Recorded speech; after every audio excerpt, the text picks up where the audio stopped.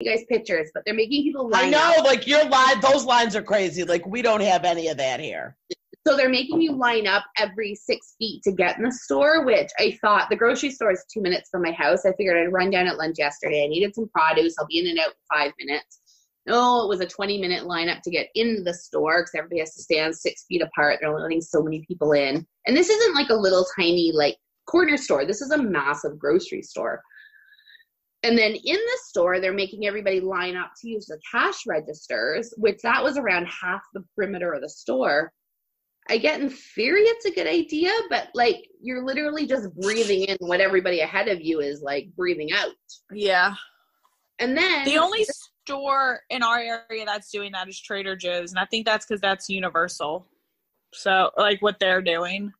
Are Trader Joe's tiny? We don't have them here, but they're tiny. Markety. They're smaller. Okay.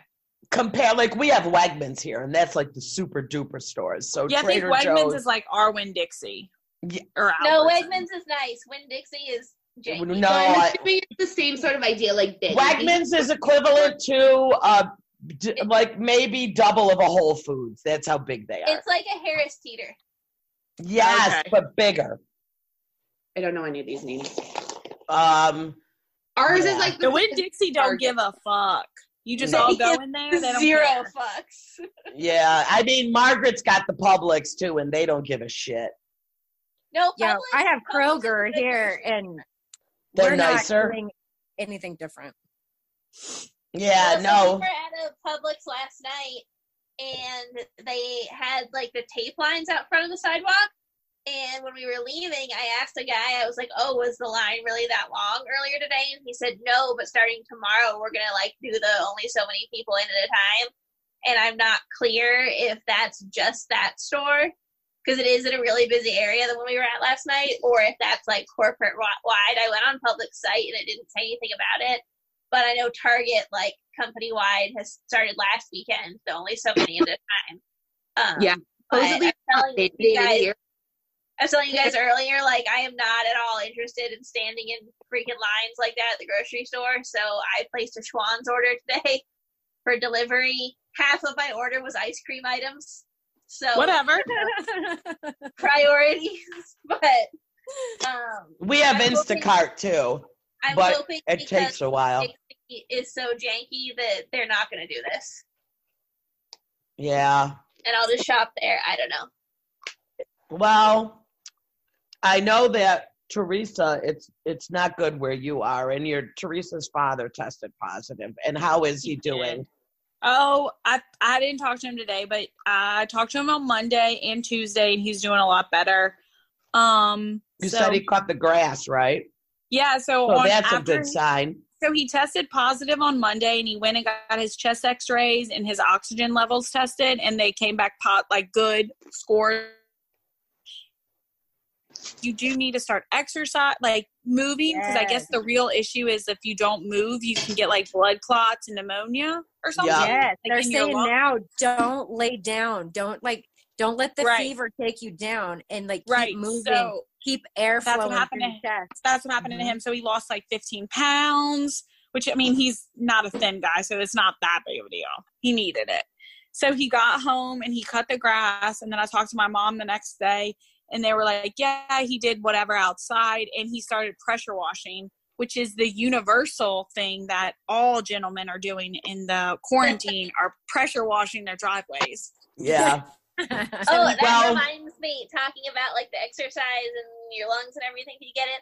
I heard a doctor say yesterday that if you are sick with this and you're feeling like you're having trouble breathing and all that, to actually lay on your stomach, not on your back, which seems counterintuitive, but most of your lung capacity is in your back, not wow. Yeah, I did see them flipping they showed people in ICU and that they had to turn them over. Right. But yeah, I'm really glad your father's doing good, Teresa, because, you know, it's not very good to get this if you're older. It's and we're hopeful. Well, and y'all know my grandmother still lives in New Orleans, and that psycho at 92 got bored and like went to the grocery store. So we had to talk. she lives alone, and so we had to talk to her about how she cannot do that anymore. And so I think she's now inside, or she's not going to go anywhere. We told her just to like walk her. She lives in an apartment now. So we told her just to walk around her apartment if she gets bored. If she needs anything, you know, her favorite granddaughter is currently unemployed. Call me up. Yeah, my mother I've caught her trying to sneak out a couple times of her quarantine. You know, I really think this whole pandemic thing has really bruised the egos of Gen X parents. Because, like, Cindy, you just referred to Teresa's dad as older. Well, I'm guessing he's about the same age as my dad. And when this all, my dad travels for work every week. And and he's 62. And when this all started, I called him and I was like, Dad, just so you know, you're in the elderly category for this. I don't think you should travel anymore.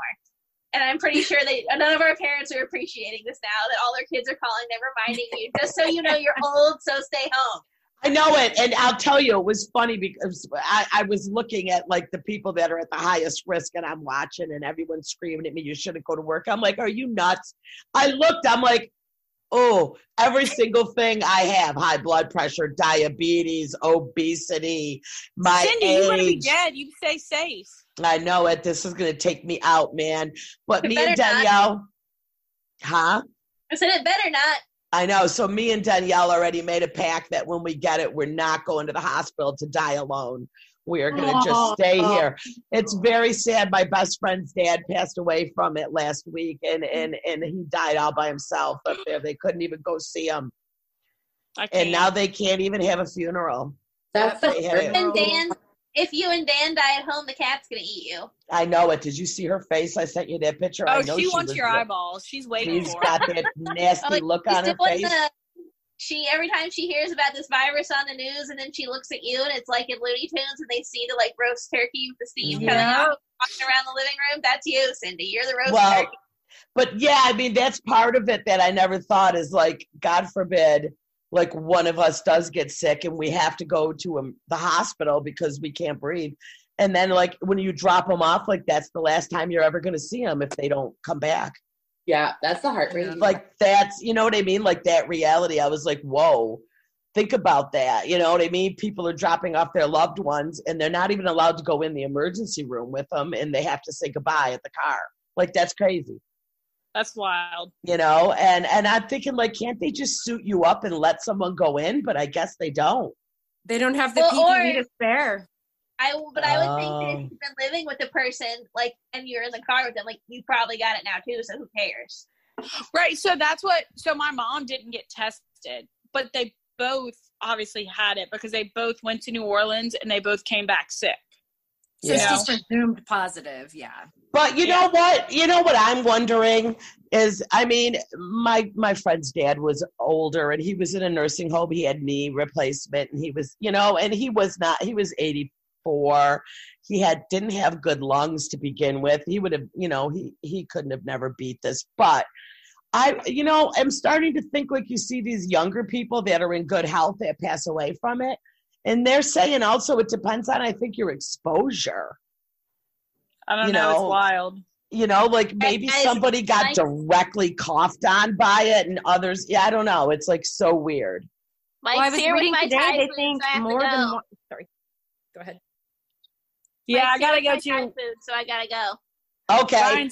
Ryan's cooking the food, so I gotta go too. All right, you guys, you know what? We'll wrap this up. We'll finish up. So we'll do another one next week. Thank you guys all for coming. Trying to end on a sad note. I'm just let me bring everybody down here. Listen. We're going to bring back Fuck, Marry, Kill. Bring this back up. We are. We're going to bring it back up next week. Okay, bye, guys. All right. Bye-bye. Bye.